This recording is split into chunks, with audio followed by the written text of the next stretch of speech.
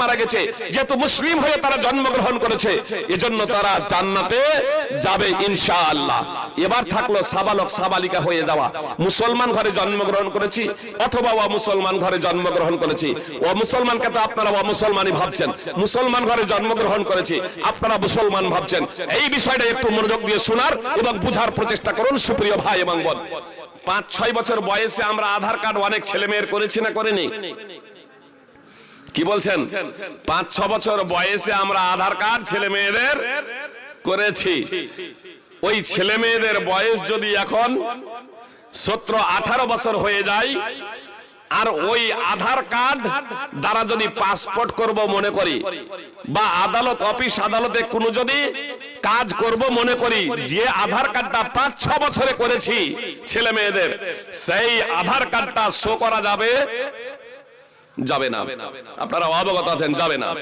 জি, এটাই চূড়ান্ত সঠিক।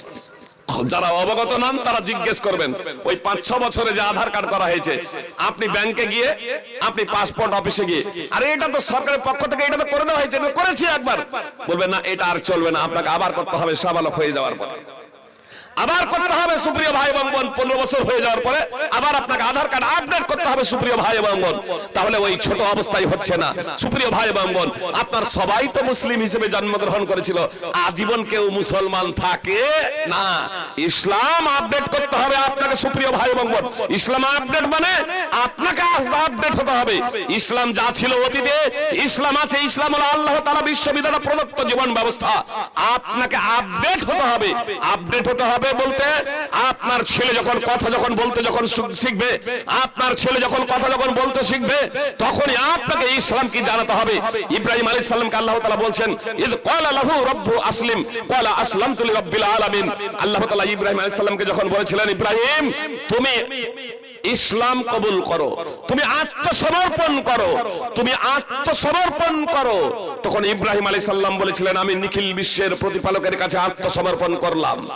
সূরা বাকারা 2 নম্বর সূরার 131 নম্বর আয়াত, আল্লাহ ইব্রাহিমকে বলছেন আত্মসমর্পণ করো, আর ইব্রাহিম আলাইহিস সালাম বলছেন আমি আত্মসমর্পণ করলাম। সুপ্রিয় ভাই এবং বোন, একদা মুহাম্মদ সাল্লাল্লাহু আলাইহি সাল্লাম একটি ইহুদি ছেলের কাছে গেলেন। আমাদের সমাজে আছে, মানুষ মরে গেলে তাকে দেখার ভিড় থামা যায় না।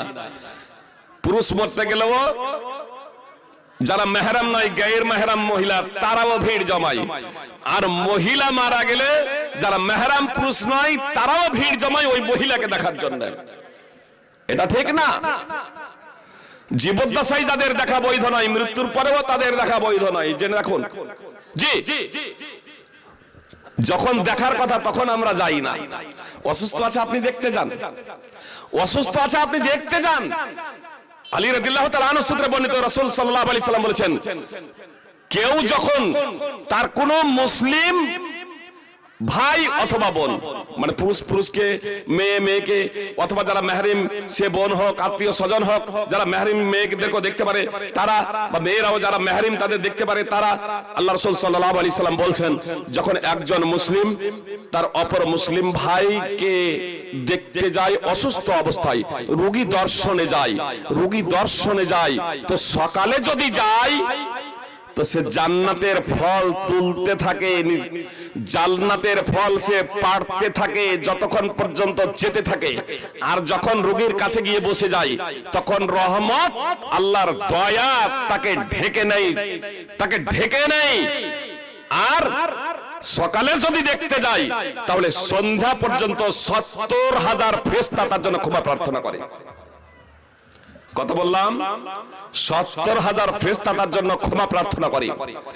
আর যদি সন্ধ্যায় যদি যায়, যদি সন্ধ্যায় যদি যায়, তাহলে আপনার বৈকালে সন্ধ্যার আগে মুহূর্তে যদি চলে যায়, তাহলে সকাল পর্যন্ত আবার ওই 70,000 ফেরেশতা তার জন্য মাগফিরাতের ক্ষমা প্রার্থনার দোয়া করতে থাকে আল্লাহ তাআলার কাছে। সুনানে ইবনে মাজাহ হাদিস নম্বর 1442, সিলসিলাতুল হাদিস সাহিহ হাদিস নম্বর 1367।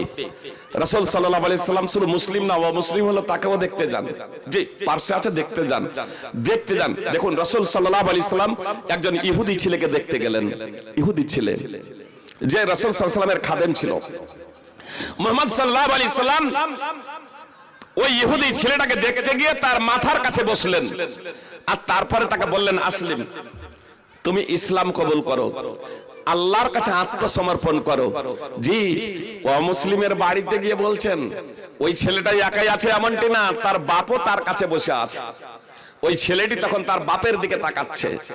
মুহাম্মদ সাল্লাল্লাহু আলাইহি সাল্লামের এই মহানুভবতা দেখে যে আমার ছেলে অসুস্থ, মুহাম্মদ সাল্লাল্লাহু আলাইহি সাল্লাম আমার ছেলের খেয়াল রেখেছেন যে আমার ছেলেটা অসুস্থ, আমার ছেলেকে দেখতে এসেছেন, এই ভেবে ওই ইহুদি বাপ বলছে তার ছেলেকে, আবুল কাসিম, তুমি আবুল কাসিম, মুহাম্মদ সাল্লাল্লাহু আলাইহি সাল্লামের উপাধি হলো আবুল কাসিম, মুহাম্মদ সাল্লাল্লাহু আলাইহি সাল্লামের আনুগত্য করো, মুহাম্মদ সাল্লাল্লাহু আলাইহি সাল্লামের অনুসরণ করো। সেই ছেলেটি ইসলাম কবুল করলো। আল্লাহ রাসূল মুসনাদ আহমদের বর্ণনায় আছে, সুম্মা মাতা, সেই ছেলেটি তারপরে মারা গেল। মুহাম্মদ সাল্লাল্লাহু আলাইহি সাল্লাম তখন এই কথা বলতে বলতে বের হলেন, আলহামদুলিল্লাহিল্লাযী আনকাযাহু মিনান নার, সেই সত্তার প্রশংসা যিনি এই ছেলেটিকে জাহান্নামের আগুন থেকে বাঁচিয়ে নিলেন। এই হাদিসটি বুখারীতে আছে, সহিহ বুখারী হাদিস নম্বর 1356 এবং আল আদাবুল মুফরাদ, ইমাম বুখারীর আল আদাবুল মুফরাদ 524 নম্বর হাদিসকে কেন্দ্র করে ইমাম বুখারী রাহিমাহুল্লাহ একটা অনুচ্ছেদ রচনা করেছেন, বাব ইয়াদাতিল মুশরিক, মুশরিক অসুস্থ হলে তাকে দেখতে যাওয়ার অনুচ্ছেদ। ছিল ইহুদি, শুধু ইহুদি বলে নাই, অমুসলিম সে যে কোনো ক্যাটাগরির হোক না কেন, সে মেথর মুচি, সে যতই তার পেশা নিচ হোক না কেন, সুপ্রিয় ভাই এবং বোন, আদমের সন্তান আমরা সবাই মানুষ, এক অপরের ভাই ভাই। অতএব আমাদের এক অপরের কল্যাণ কামনা করতে হবে, এটাই হলো ইসলামের নীতি, এটাই হলো ইসলামের নীতি। আজকে আমরা ইসলামটাকে ভুলে গিয়েছি সুপ্রিয় ভাই এবং বোন, আর এর জন্য আপোষে আমরা মারামারি, দাঙ্গা, ফাসাদ, ফিতনা, সব কিছু চলছে। সুপ্রিয় ভাই এবং বোন, আসুন আমরা ইসলামটাকে জানি, ইসলামটাকে বুঝি। আল্লাহ রাসূল সাল্লাল্লাহু আলাইহি সাল্লাম যেভাবে এই ইসলামের প্রচার এবং পাবলিসিটি করেছেন, সেইভাবে যদি আমরা ইসলামের প্রচার এবং পাবলিসিটি করি, তাহলে এই মুসলিমরাই পৃথিবীর মাটিতে লাঞ্ছিত হবে না, পদদলিত হবে না, বরং এই পৃথিবীর মাটিতে শাসন ক্ষমতা আল্লাহ তাদেরকেই দিবেন। এই কথা আল্লাহ তাআলা পবিত্র কোরআনে উল্লেখ করেছেন, সূরা নূর 24 নম্বর সূরার 55 নম্বর আয়াত তাফসীর সহ দ্রষ্টব্য। আমি আপনাদের বলছিলাম যে ঈমানদারকে আল্লাহ তাআলা সম্বোধন করলেন, মুসলমানদের সম্বোধন করলেন। তো ঈমানদার কারা, মুসলমান কারা? প্রথমত আমাদের এই বিষয়টাই প্রথমত দেখতে হবে যে ঈমানদার কারা, মুসলমান কারা।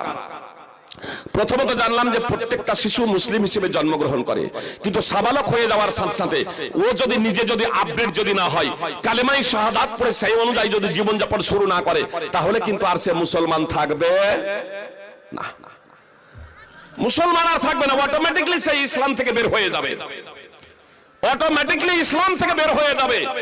কথা খুব মনোযোগ দিয়ে শুনুন, আল্লাহ আছেন এই কথা যথেষ্ট নয় মুসলমান হওয়ার জন্য, ঈমানদার হওয়ার জন্য শুধু এই কথা যথেষ্ট নয়। ইবলিশও জানে যে আল্লাহ আছে, ইবলিশও বলে যে আল্লাহ আছে। জি, ইবলিশও বলে, ইবলিশও এই আকীদা এবং বিশ্বাস রাখে যে আল্লাহ আছেন।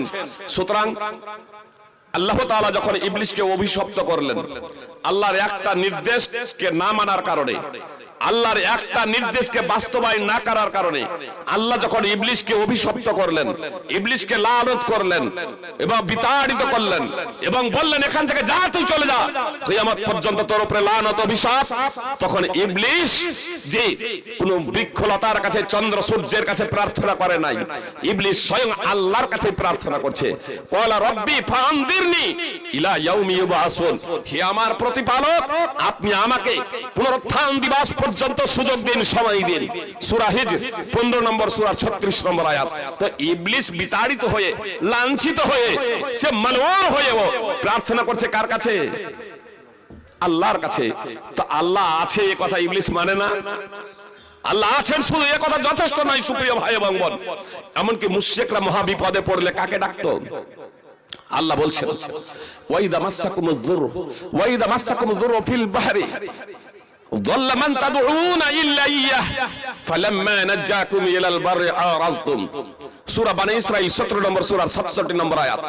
আল্লাহ তাআলা বলছেন যখন তোমাদেরকে সমুদ্রে বিপদ স্পর্শ করে, তখন তোমাদের মন থেকে আল্লাহ ছাড়া সবকিছু গায়েব হয়ে যায়, হারিয়ে যায়। আল্লাহ ছাড়া যাকে তোমরা আহ্বান করো, আল্লাহ ছাড়া যাকে তোমরা ডাকো, আল্লাহ ছাড়া যাকে তোমরা অভিভাবক মনে করো, উদ্ধারকর্তা এবং পরিত্রাণ দাতা মনে করো, যখন সমুদ্রে মহা বিপদে পড়ো তখন কিন্তু আল্লাহ ছাড়া সবকিছু তোমাদের মন থেকে উধাও হয়ে যায়, একমাত্র তখন আল্লাহকেই ডাকো। আর আল্লাহ বলছেন যখন তিনি তোমাদেরকে স্থলভাগে পৌঁছে দেন, যখন তিনি উদ্ধার করেন, তখন তোমরা বিমুখ হয়ে যাও। সূরা বনী ইসরাঈলের 67 নম্বর আয়াত। সুপ্রিয় ভাই এবং বোন, ইকরামা বিন আবু জাহলের ইসলাম কবুলের কারণ ছিল এটাই। মক্কা বিজয় হলো, মক্কা বিজয়ে মুহাম্মদ সাল্লাল্লাহু আলাইহি সাল্লাম মক্কাবাসীকে ক্ষমা করে দিয়েছিলেন। 4 জন পুরুষ এবং 2 জন মহিলা ছাড়া, 4 জন পুরুষ এবং 2 জন মহিলা ছাড়া, যারা মুহাম্মদ সাল্লাল্লাহু আলাইহি সাল্লামকে মক্কা ত্যাগ করতে বাধ্য করেছিল।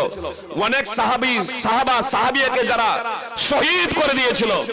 মক্কা বিজয়ের দিনে তারা ভীত সন্ত্রস্ত হয়ে নিজেদের ঘরে প্রবেশ করে দরজা ও জানলা বন্ধ করে দিয়েছিল, এই ভয়ে, এই আতঙ্কে যে আমরা মুসলমানদের উপরে যে জুলম নির্যাতন করেছি, নিরীহ অনেক মুসলমানকে আমরা শহীদ করে দিয়েছি, আজকে তারা বিজয় হয়েছে, প্রতিশোধ নেবে, আমাদের বাঁচার কোনো উপায় নাই। কিন্তু করুণার পাত্র দয়ার সাগর মুহাম্মদ সাল্লাল্লাহু আলাইহি সাল্লাম ক্ষমা ঘোষণা করলেন। আজ আমি সে কথাই বলবো যে কথা ইউসুফ আলাইহিস সালাম তার হিংসুক ভাইদের বিরুদ্ধে বলেছিলেন, আজ তোমাদের প্রতি কোন প্রকারের ভর্ৎসনা করা হবে না, আজ আল্লাহ তোমাদের ক্ষমা করুন। আল্লাহ তাআলা অত্যন্ত দয়াশীল। মুহাম্মদ সাল্লাল্লাহু আলাইহি সাল্লাম যখন এই ক্ষমার কথা ঘোষণা করলেন, কাউকে কোনো অপরাধের জন্য ভর্ৎসনা করলেন না। আবু হুরায়রা রাদিয়াল্লাহু তাআলা আনহু বর্ণনাকারী, তিনি বলছেন তখন মুশরিকরা নিজেদের ঘর থেকে বের হচ্ছে, ফাখারাজু মিনাল বুয়ুতি, তারা ঘর থেকে বের হচ্ছে, কান্নামা নাশারু মিনাল কুবুর, যেন হাসরের ময়দানে কবর থেকে তারা উত্থিত হচ্ছে।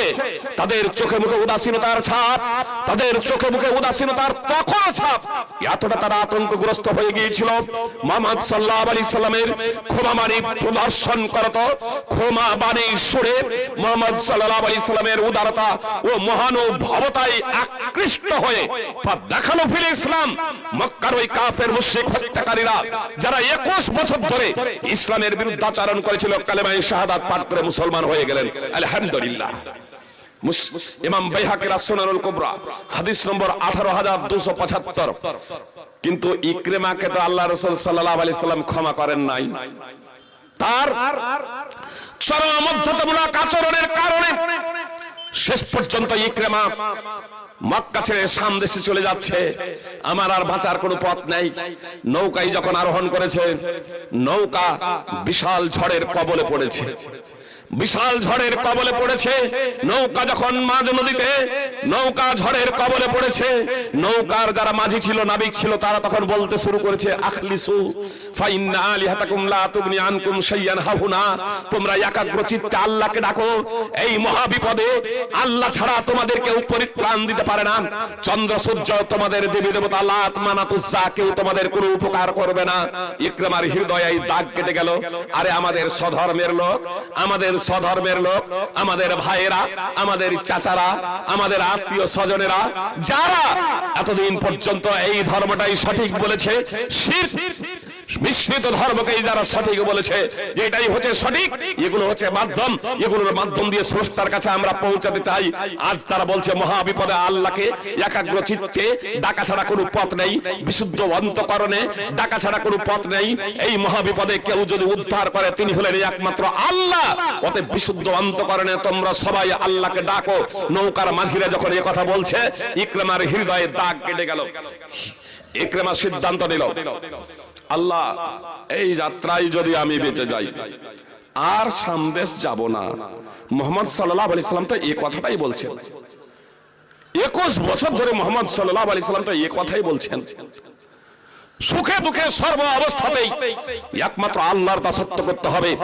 আল্লাহ ছাড়া সত্যকে উপাস্য নেই, একমাত্র আল্লাহরই উপাসনা করতে হবে। ইবাদতের যোগ্য একমাত্র আল্লাহ, আর যত কিছু উপাস্য আছে আল্লাহ ছাড়া সব হচ্ছে বাতিল। যত কিছু মাবুদ আছে পূজ্য আছে আল্লাহ ছাড়া সব হলো বাতিল। একমাত্র আল্লাহই হলেন সত্য উপাস্য। এই কথা মুহাম্মদ সাল্লাল্লাহু আলাইহি সাল্লাম বলেছেন। আল্লাহর কাছে অঙ্গীকার করছে, আল্লাহ যদি এই যাত্রায় বেঁচে যাই আমি সামদেশ যাব না, আমি ফিরে যাব মুহাম্মদ সাল্লাল্লাহু আলাইহি সাল্লামের নিকটে। আমি জানি তিনি অত্যন্ত করুণার পাত্র, তিনি আমাকে ক্ষমা করে দেবেন। তার হাতে হাত রেখে কালিমায়ে শাহাদাত পড়ে মুসলমান হয়ে যাব। আর সামদেশ নয়, সেই যাত্রায় বেঁচে যাচ্ছে মুহাম্মদ সাল্লাল্লাহু আলাইহি সাল্লামের নিকটে এসে